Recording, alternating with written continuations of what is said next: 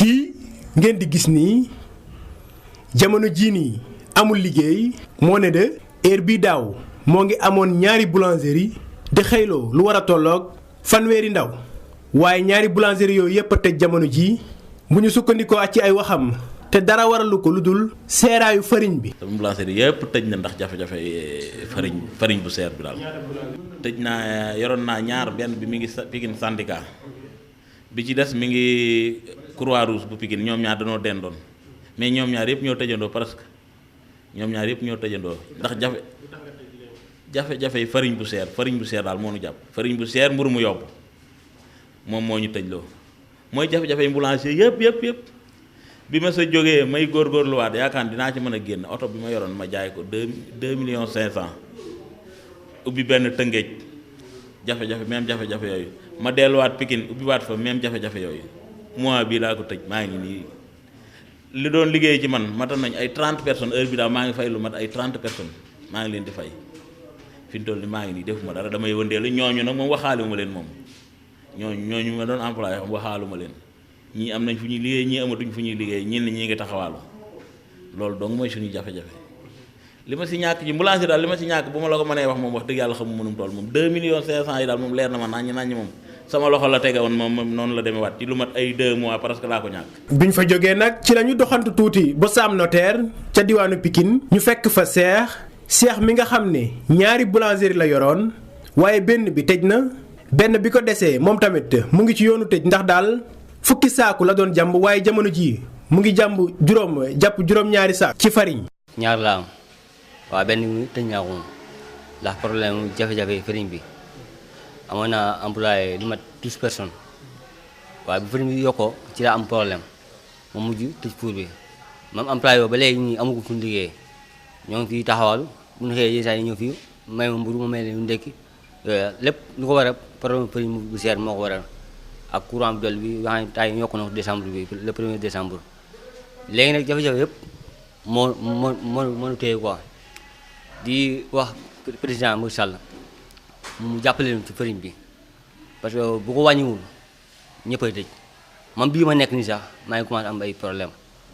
ba yeesaay weer day dee ma yéex a fay lu ko waral mooy ñàkk am xaalis bi ma fayee da nit ki boo ko liggéeyee le 1er normalement war nga ko mën a fay xaalisam waaye yàlla xam damay dem ba le 10 mu soog a fay employé parce que amul xaalis courant baa ngi nii le 14 laa ko doon fay fii leen laa ko fay amul xaalis foo ma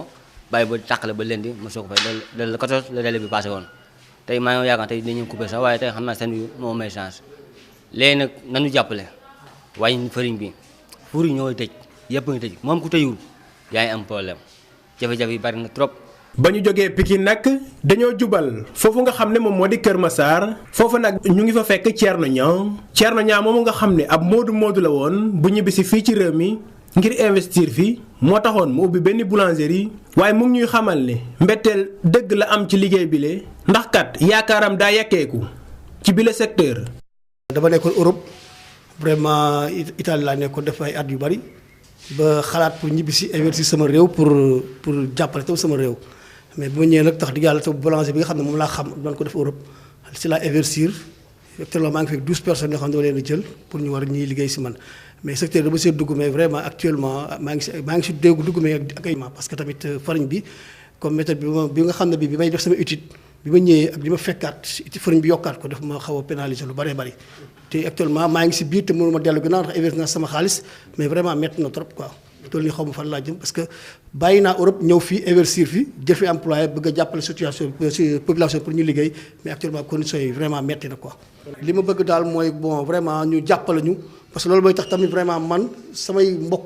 immigré yi nga xam ne ña ngi foofu di ma gis di am courage ñoom pour mën a sawar mën a ñibbisi mën a investir yëf yi mën a yaatu. naam ñoo ngi góorgóorlu de Omar Diouf ànd ci ak rakkam bile di Abdou Diop ñoo xam ne ñu ngi leen fekk fii ci Thiaroye ci seen boulangerie ñoom de wóolu la ñuy ñaan jamono jii ndax kat ñu ngi ñuy xamal ne li ñuy dund nii bu fekkee ne continuer nañ di ko dund dinañu tëj seen bérébu liggéeyukaay bile. commencement bi kat wax dëgg yàlla ndax boobu farine amul jafe-jafe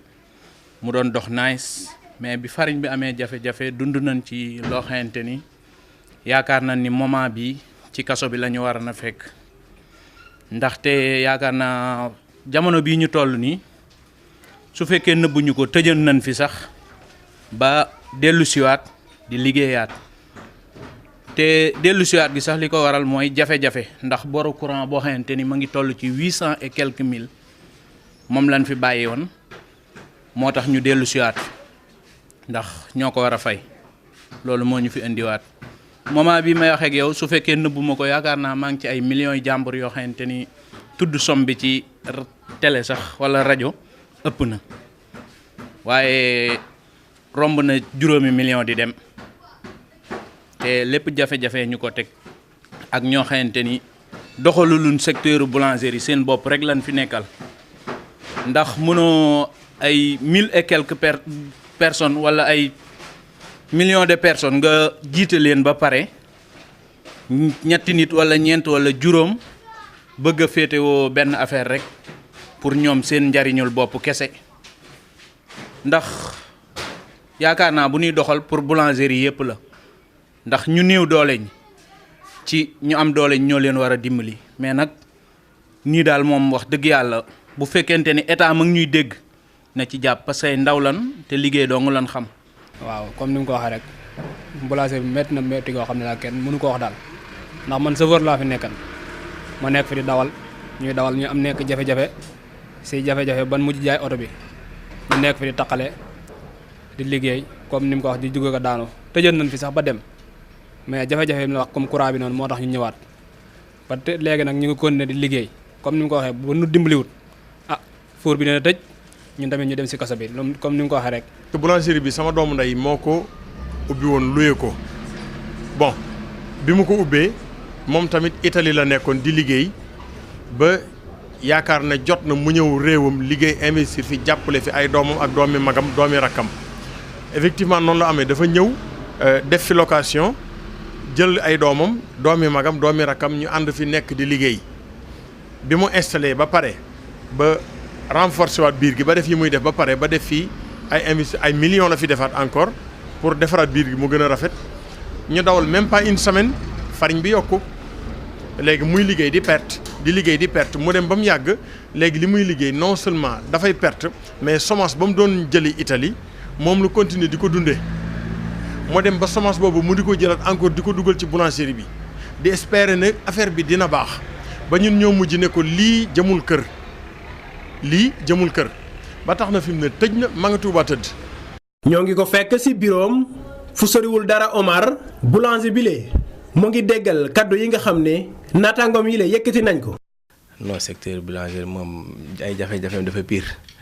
parce que fi mu ne nii depuis ñi ngi liggéey presque ay 6 mois ci ginnaaw yi passé yëpp dañuy liggéey à perte parce que liggéey bi bon doxatul farine bi seer na prix bi ñu koy jaayee faible na. bon nun génnuñu ci daal vraiment suñu waxee dëgg rek vraiment farine moom génnuñu ci quoi. secteuru mburu bi nag dafa yaatu moo tax bu amee jafe-jafe rek dina laal ñu bari bokk na ci ñooñu mu laal de ki nga xam ne moom moo yóbbu glace bi ci boulangerie yi mu di ñu xamal ne chiffre d'affaires am dafa wàññeeku jamono jii nii ndax kat boulanger yu bari dañoo wàññi lañ doon jël ci glace yii dañuy leb et ca des moom dañoo tëj complètement. affaire yi moom dafa metti quoi xam nga parce que man dama ci boulangerie laa njëkke xam nga ma yor naa 3 fois boulangerie mais ba may génn solu may daal ndax farine bu cher gasoil bu cher xam nga affaire yooyu noonu quoi xam nga léegi ci laa duggee ci jaayam glace léegi bi may duggee ci jaayam glace tamit boulangerie tamit dañ may yoral xaalis chaque jour quoi xam nga dañ may yoral xaalis du nekk seenu kii mais dañ dul am dara moo tax duñ ma mën a fay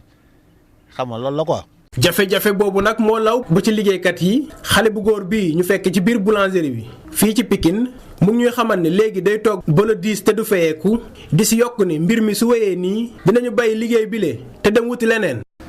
bu ñu mënee dimbali wàññi farine bi sonn nañ torop ñu ñuy liggéey si mburu mi sonn nañ torop parce que augmentation prix farine bi depuis boobu ba léegi yaa des mois mi ngi nii sonn nañ torop mu ñoo fayeeku boobu ba léegi. bu ñu mënee dimbali wàññi ko tamit dinañu arrangé parce que suñuy morom ñi ngi si mbedd mi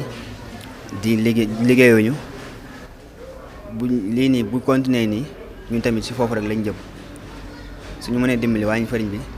mooy loolu suñu patron yi nangu ñoo fay depuis boobu ba léegi ndaxte nee nañ lépp lu ñu am si mburu bi si farine bi rek lañ koy delloo loolu daal mooy problème bi ñu si mënee dimbali daal jàpp si wàññi farine bi daal dinañu gën a trop parce que tamit dañoo yor ay waajur yor famille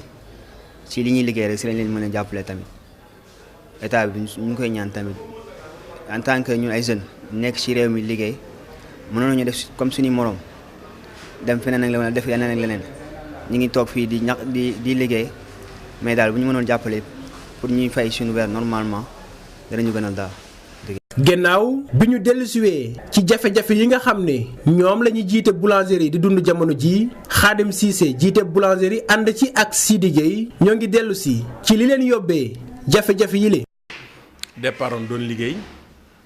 di fay sama location di fay samay traite parce que farine bi mi ngi doon jar prix boo xam ne doonañ ci woon mën a génn ñu dem ba 20 jours avant élection yi ñu xëy jële farine bi 14250 yóbbu ko 16300 xaw ma 16000 nangam ñu dawaat quelques jours ñu jële ko foofu yóbbu ko 17300 calcule leen différence boobu ñaata la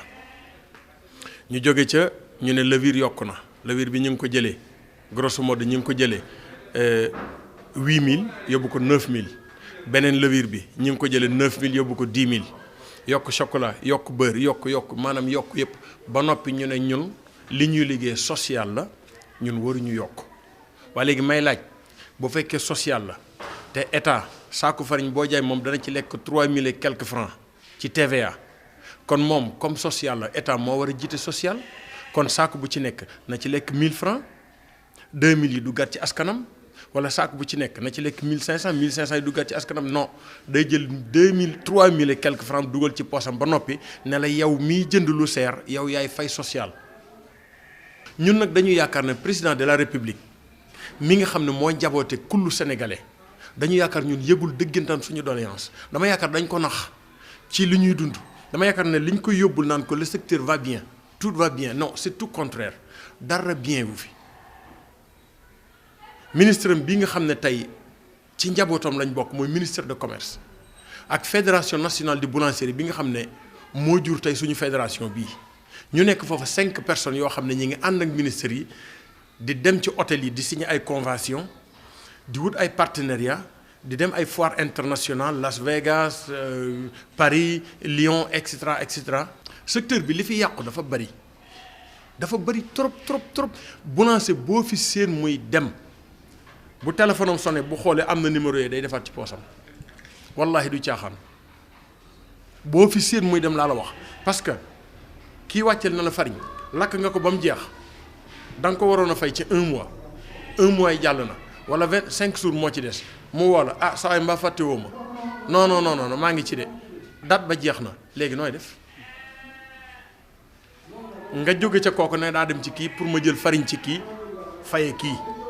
maanaam suul bukki la ñuy dunde fi mu toll nii. actuellement nii may wax ak yow sama alal moo nekk ci biir boo xam ne dama koy jël di renforcer boulangerie mais da ngay gis saa yu dawee 2 mois 3 mois delluwaat ci ginnaaw. dañuy créer emploi su ndawee ba ndaw kenn ci ñun su ndawee ba ndaw yaa ngi employé 10 personnes di leen fay ñuy dem di dundal seen waa kër ak leneen mais tey koo gis boulanger boo gis nekkatul ci jàmm lekkatul naanatul te ku ne xam na ne pression baaxul mooy indi xaru mooy indi jaay dorog. ministre bi am na ci responsabilité bu mag parce que y a des gars yoo xamante ni si tey ñi ngi ci secteur bi di dundee secteur bi te dundaluñ secteur bi parce que ni ñu koy dundee mooy fas yéene wu ñëw summeeku def ni nit ñi di def pour gagner dara fi ñu ko bëgg a kal mooy créer ay partenariats yu tegewul fenn ay céréales locales mais sëñ bi céréales locales ku mënta jënd pain blanc bi 150 nooy jëndee ay nooy jamee di jënd ay pain 200 wala 250. gannaaw ba mu dellusee ci 4e format bi ñuy ruumandaat ci suuf moom mi la di Ibra Cissé jiite ab boulangerie waaye itam topp ci ki jiite RBS de regroupement des boulangers du Sénégal mu ngi ñuy xamal li indi jafe-jafe bile fédération nationale des boulangers du Sénégal génnuñu ci. bon ni ñu ko gisee kay situation bi kay ñëpp gis nañ ko situation boo xam ne roulé na ñetti at maanaam l'an 2019 bi daf ci gën a métti rek parce que boobu depuis mois de avril l'an 2018 ba sunu weer décembre bi ñu nekk nii affaire bi day yokk di yokk rek farine yokk na fi ñaari yoon alors gasoil yokk na fi naka la tuddati sax courant bi mi ngi nu yokk bërki démb kon kay situation bu ñu nekk presque jëru laaj ñëpp xam nañ ko te bu ngeen seetloo maanaam boulangerie yi tëj kenn xamul nuñ toll te ku tëj problème bi ngay njëkk a am rek mooy yow sa matériel fan nga koy denc parce que boulangerie nekkul ne da ngay tëj tey rek comme bitik jël say bagage dem yóbbu wala nga liquide il faut nga am foo mën a denc say four say pétrin say loolu rek dafa njëkk a sonal nit ki sax fan la koy denc. après loolu à l'époque la léegi ñu jël si waat ci moment bi biñ demee ba yëf yi jafe ba jafe am na benn kuréel bu jóg bipp na ñu jël li ñu moom foofu la génne woon entre parenthèse bi kooku bi ñu jógee ñu daal di ne mobiliser askan wi gox boobu ñu ne woon ne leen mburu mënatul a jar 150 à partir de tey 175 lay jar askan wi daal di koy apprécier. ñooñu xëy ci benn suba teel affaire bi jàll 100% ñu war a continuer parcelle war a continuer Grand war a continuer fu nekk Amadou Gueye ñoom la FNBS bureau FNBS waxuma membre FNBS bureau FNBS daal di dem ci télé bi ne yokk mburu boobu violé de louva la FNBS couvriru ko yoonam nekku ci ñi koy def lu ñu ay boulanger noonu rek dese yi daal di yabal ay policiers ñu daal di dem daal di gur gaa yooyu ñu doon jaay loolu ñu jàpp leen kenn ku ne 200 000 francs lañ la amaan ak waroon laa déféré ca saasa gaa yi ñoo fa toog di sukka ko yolwaan ak ñaan yooyu yëpp daal ay jafe-jafe la yu ñuy dund yoo xam ne prix farine bi cher na cher goo xam ne mënul ànd ak 150 francs bi ñuy jaay mënut a ne. gis jafe-jafe yooyu nag moo taxoon waxoon nañ fi waxu délégation à l'entrepreneuriat rapide ngir mu lebal ñi nga xam ne ñoom ñooy boulanger yi de waaye bu ñu sukkandiku ci ñi jiite regroupement des boulangers du Sénégal xaalisu DER boobu lee de poson la ku ko laal di nga yàqu. loolu du ndimbal loolu poson la DER poson la du ndimbal parce que DER mënoo fekk nit ki nga xam ne mi ngi sukkuraat nga jox ko poson ne ko naanal moo lay faj DER pour boulanger tax koon jóg ki ko taxoon jóg mooy jigéen ak xale bu góor boo xam ne moins de 40 ans la. état war na def très attention ci lii di secteur u boulangerie lu sensible la mais ñi nga xam ne ñu ngi ciy liggéey na leen jox seen àq ak seen yelleef dinaa joxe benn exemple au mois de janvier lañ nekkoon en crise parallèlement ak waa Côte d'Ivoire ci benn weer lañ réglé seen problème ci benn weer nun janvier ba léegi nu ngi traîner les pieds def nañ structure du prix du pain liggéey ci réglementation liggéey ci prix de la farine ñu liggéey ci yooyu yëpp faraas mu demee comme ni mu daan demee parce que en 2017 def nañ fi concertation de la boulangerie liggéey ci ñetti fan ci King Fahd Palace dépensé fa xaalis bu bari recommandation ya ñu joxe woon kenn mësu ko appliquer dañ ko dugal ci tiroir bii li ñu liggéey mi ngi waat ci tiroir fi mu nekk maanaam li mburu di war a jar loolee la war état bi xool nu muy def ba appliquer ko li mburu war a jar na xool nu mu def ba appliquer ko moom dafa jël machine am calculer ni boulangerie bi bu ñu ko joxoon 5 millions dina baax ci moom man ko dina baax ci moom de dina ko dimbali mais tey jii boo ko joxoon boulangerie sarax bu këpp la DER maanaam day accompagner boulangerie day leble mayeewul man boo may lebal te mu leer ma ni saa yu ma xëyee da nga may perte mooy yow da ngaa bëgg a jël sa buum gi lonk ko ci sama baat gi nos ma man DER bu ma fa jëlee 100 millions mu seey ci samay loxo ci condition yii may liggéeyee képp bépp boulanger laa wax bépp boulanger bu fa jëlub xaalis ñoom waa DER ñu ngi may dégg boulanger bu fa jëlub xaalis ci condition yii amoo intention fay parce que mënoo fay ci condition nañ bàyyi comédie bi nañ bàyyi naxaate bi dëkk bi xaalis boobu ñuy dugal DER c'est l'argent du contribuable lu ñu koy dugal dafa war a leer DER balaa nga fay dugalub xaalis dafa war a def enquête économique bu wóor si tu es solvable mu lebal la tu n'es pas solvable du la lebal man mii DER dem naa ba déposer fa retiré waat sama dépôt parce que ci condition ya ma yaakaaroon ni fa la affaire bi jëmu fa dafa am na si koy tëgg